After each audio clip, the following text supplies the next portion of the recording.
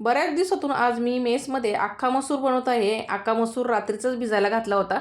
सकाळी स्वच्छ धुवून कुकरला लावला. त्याच्यामध्ये बटाटा कट करून पाणी, मीठ टाकलं आणि 3 शिट्ट्या काढून घेतल्या.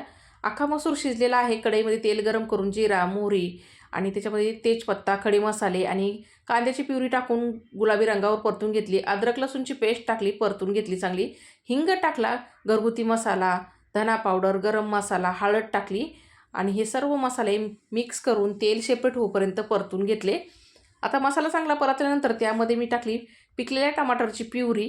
ती पण व्यवस्थित अशी परतून घेऊन त्यामध्ये शिजवलेला अख्खा मसूर टाकून घेतला. पाण्यासोबत टाकायचं, एक्स्ट्राचं पाणी टाकायचं नाही. मिक्स करून घेतलं. उकळी काढून चवीनुसार मीठ, कोथिंबीर टाकली. तयार झाला झणझणीत हॉटेल स्टाईल अख्खा मसूर. तर लगेच चपाती पण तयार करून घेतली मंडळी. आजची अख्खा मसूरची रेसिपी तुम्हाला कशी वाटली कमेंटमध्ये नक्की सांगा. तुम्ही कशी बनवता ती पण कमेंटमध्ये सांगा. भेटूया पुढच्या व्हिडिओमध्ये. धन्यवाद.